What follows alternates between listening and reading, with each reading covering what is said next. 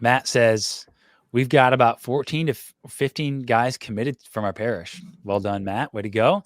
What's the best way to structure group meetings for this size? We're trying to balance fostering the fraternity and encouraging participation. Yeah, Matt, we see different things, and so I wouldn't say there's a, one size fits all here.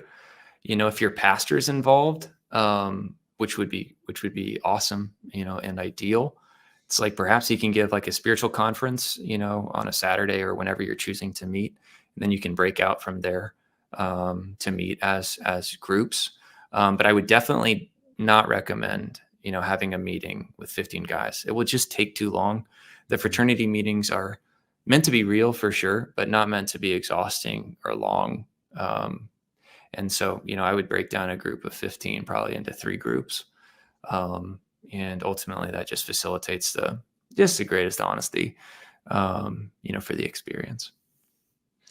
Yeah, the one other thing I would say, breaking down into 3 groups also, well, one, it just gives time and space, but additionally, just gives you opportunity to invite a couple guys along the way too, Matt. So as we talked about earlier, right, you might get a couple weeks in and some guys in the parish are like, oh man, should I do it? And you're like, yeah, come and do it. And they can just join one of those fraternities, of 5-ish guys at that point in time.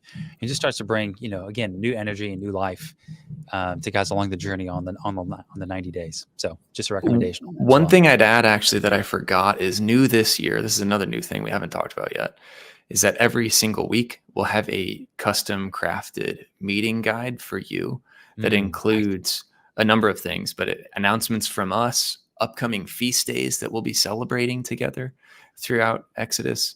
And then also just like even highlights from the scriptures and, things like that. So that's new this year. We're really excited about it. We hope that helps, structure your meetings in an effective way. Undoubtedly, the most important time is the time in which we can all, speak up and share where we really are.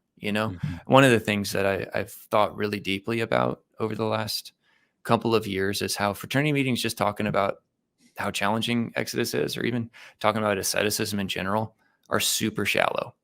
It's like Exodus is not about just doing hard things. Asceticism is a means to love, which is the greatest commandment. And so really, we want those fraternities to be places where you can be honest, be real, share where you're really at, what's really going on. Not to overshare, but also not to lie, and that's our hope that you can strike that balance.